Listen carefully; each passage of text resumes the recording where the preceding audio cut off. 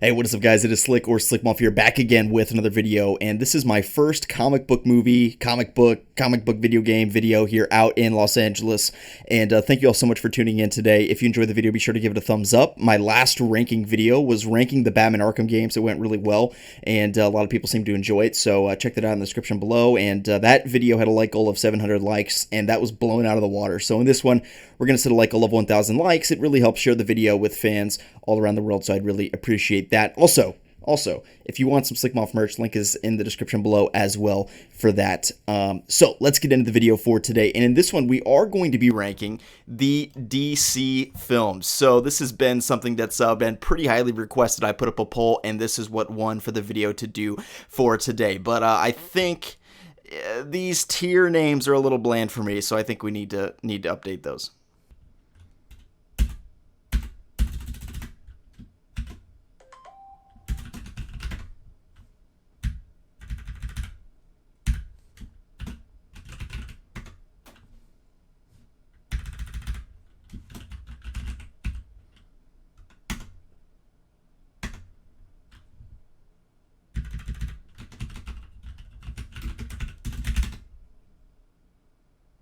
Okay, so now that that's out of the way, let's jump right into this. So let's start with Batman v Superman, the infamous Batman v Superman. And actually, a little fun fact, I'm trying to make a documentary about Batman v Superman, and the 2 years and the hype and anticipation for this movie leading up to it was off the charts. I want to make a documentary sort of encompassing that, and I'm trying to actually set up an interview with Zack Snyder, hopefully that works out, to talk about the lead up to that film, which was just incredible. So this movie I really enjoyed. If you recall, when I came out of the theater, I said this is my favorite comic book movie of all time, and I don't think I've ever talked about this before, but I don't think it's my favorite comic book movie anymore. I think it still is in the top 3 or 5, though.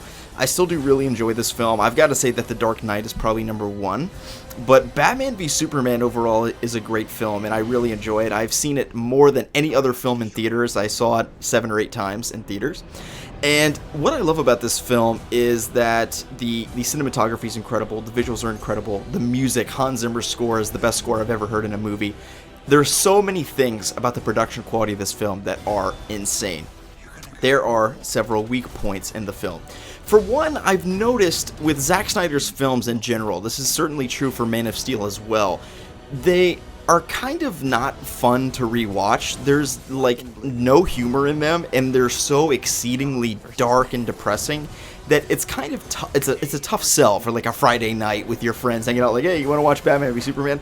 It's like, no, because it's 3 hours and it's really depressing, and Superman dies in the end, and the whole movie has a gray color palette. So unless you're like really in the mood, like you're alone and you really want to immerse yourself in this world, it's not necessarily the most rewatchable film, even though I did see it 8 times in theaters. But that's partially because the cinematography and the score, and also just the allure of having Batman and Superman on the screen at the same time. We kind of take for granted that just 4 years ago, this was remarkable. This was a remarkable development in the genre. So I am going to have to put BVS, quite fittingly, in the Martha tier. So Man of Steel is one that has become something of a cult classic, and the thing with Man of Steel for me is that it's the same situation with the BVS. It's just not very rewatchable. It's not a fun movie to watch, and I'm honestly like saying that as someone that likes the movie. It's not fun. Like, you can't sit down and have a blast watching Man of Steel. I'm a big fan of Superman in the comics, so I enjoy watching the film, but the first hour of it really kind of drags. Now, I love the stuff on Krypton, but as soon as Superman or Kal gets onto Earth and he's like walking around Kansas, it's a little bit not the best. It kind of drags, in my personal opinion. And the thing with this film as well is that there's so many great moments. The Zod stuff is really, really good. Once again, like Krypton, it's all excellent, scored by Hans Zimmer as well, so very entertaining and enjoyable there. But, you know, it's a bit slow, and Clark doesn't make that many memorable connections with other characters in the film. Certainly, you know, he has Martha, and he does have Lois, but beyond that, he doesn't really have, like, any friends that he makes in the film. It's not so much like, you know, there's not as much character interaction there that I would like to see in a movie that's really fun and enjoyable to rewatch. Granted, I know that I'm sounding like an MCU show right now. Not every movie needs to be fun the entire time, but I'm just saying, like, for me, it's a movie that I enjoy, and I enjoy a great deal, but it's not something that I can say is like one of my favorite movies ever, and for that reason, we have to place it in the biblical tier. So Suicide Squad, oh my god, people are gonna hate me for this. Okay, so Suicide Squad for me, I think, is a great film. I am not shitting you. This is not a joke. I swear on my life. I'm not trolling. I have loved Suicide Squad for the longest time. I think that it is such an enjoyable film. There's so many great scenes in this movie. Probably the best scene in the movie is the chemical romance scene where Harley and the Joker fall into the vat of acid, and the music over that is so good with Halsey scoring it. I think that there are so many great moments in this film. The camaraderie between the characters is fleshed out quite well. The way that the film is set up at the beginning, I think that the aesthetic of the film is really... It sort of immerses you in that world. I think that the ending is very, very well done. All of the stuff with Will Smith is done super well. Deadshot and Harley in particular. The main drawback of the film is that there's not enough Joker, and there's just not as many comic book beats as we were kind of advertised.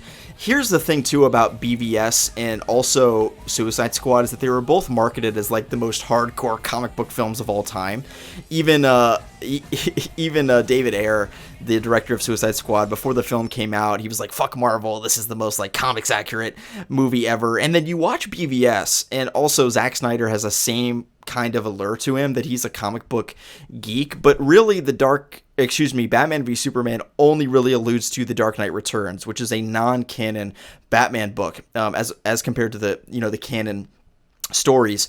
And it's the same thing with Suicide Squad. I mean, they take so many liberties that a lot of these characters are not much like they are in the comics, which is okay, but they were marketed very much so like, this is the most immersive comic book movie ever, and like the Joker is going to be with Harley Quinn. And once again, I mean, the fact that we saw Harley Quinn on the big screen for the first time ever, and she's now probably the most popular female comic book character on planet Earth, that's incredible. She is really, really burst in popularity from what she was in the 90s in the animated series. So, I mean, she's done so well in this film. The stuff with Harley and the Joker is really, really good. I just wish Joker was in it more. David Ayer now says that he regrets not having the Joker as the main villain.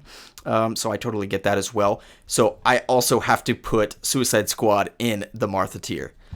Okay, so Justice League is an interesting one for me. I saw this movie with a bunch of students when I was a UNC student, and we were all in this theater, a bunch of 20-year-olds, and we were all watching this film, just having a great time. Like, I remember the atmosphere for this movie was so fun, and in retrospect, yeah, the movie's kind of mediocre, but at the time, I remember really enjoying this movie.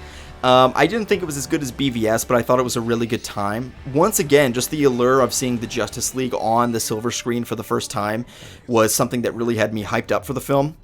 In retrospect, once again, I mean, the fact that they tried to save Darkseid for part 2, and we got Steppenwolf as the main villain, is just absolutely ridiculous. And this is just a message, a lesson, that you don't want to save characters. Chris Nolan did it really well with The Dark Knight, where he saved the Joker for the second film, and it worked out. But you are not guaranteed a second movie.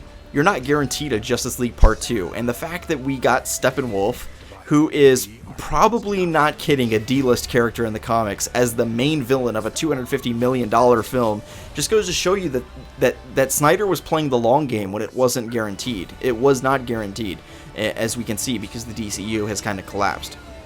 So, Justice League, I think, is a good film. It's enjoyable. I haven't had strong desires to rewatch it. The way they handled Superman was kind of weird, with him coming out of the, not out of the closet, out of the little thing, whatever. He gets revived, and then he, like, tries to kill everybody, and it's, like, because he forgot who he was. And then they had, like, a Martha moment where it's like, Kal-El, it's me, and then it was just weird, like with Lois, it was like a Martha moment, but for Justice League, they cut out so much stuff, the Snyder Cut's real, and for that reason, we need to put it in, no, I'm just kidding, we'll put it in the biblical tier. Okay, so Shazam. This is an enjoyable film. I wouldn't say it's great. I would say that, and the final act is something of a weakness in it. Whenever one kind of turns into into the Shazam character, that was a little weird. The final act wasn't great. The action wasn't great, but I liked the character beats. The characters were well fleshed out. The weird thing about this film is I remember watching it, and when the superhero stuff was happening, the Shazam stuff, I was actually pretty disinterested, but when it came to the foster home stuff with all the characters in their real forms, that's when this movie really thrived. And that's because, once again, this film is not particularly accurate to the comics. It's not like totally off, but it's just really that he was much more childish and like kid-like, which made the film funny. It went kind of the MCU route. But overall, like I said, all the character beats with all the foster kids, that was very enjoyable. I really enjoyed those moments. So, but once again, I haven't had a strong desire to rewatch the film, so I think I'm gonna have to put it in the okay tier. So, with Wonder Woman, I thought that this was a great film with some standout moments, like the No Man's Land scene. I think that it kind of falls into the tropes of what we've seen with these 3-act comic book solo movies, which I don't really have an interest in seeing anymore, because they're very formulaic. We kind of know what's going to happen. And granted, this is a little bit different because we have Themyscira and all that is a little bit different. But for the most part, this is a very formulaic 3-act comic book film that generated a lot of buzz because it was the first female comic book film. Rightly deserved. If anyone is to get it, it should be Wonder Woman. But, of course, if we're excluding Catwoman and all those masterpieces. But I really think that Wonder Woman is a really, really good film. It's, as I said, it's not particularly deep or insightful in any way. It's not really something that you want to be rewatching all the time, but I think that overall it definitely fits in the biblical tier. So Aquaman is the final on the list. And Aquaman has the same kind of criticisms for me as Wonder Woman. I think that it was very enjoyable, and I really liked the theatrical and grandeur nature of the film.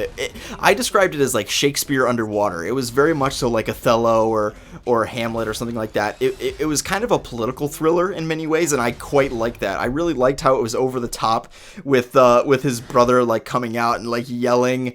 It was a little dramatic, but kind of hilarious.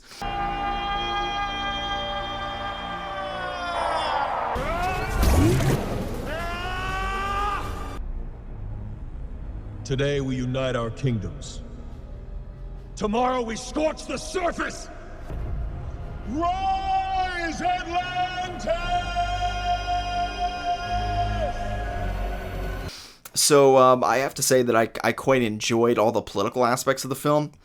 I would say that the character beats with him and his family were pretty good as well. Mira made a good love interest. The only thing I'll say is that the Black Manta character felt kind of out of place.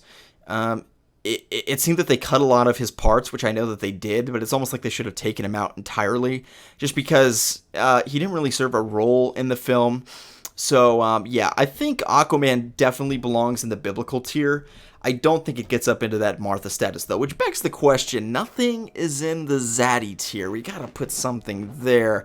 Now, Doomsday CGI tier, I don't think anyone's in the Doomsday CGI tier.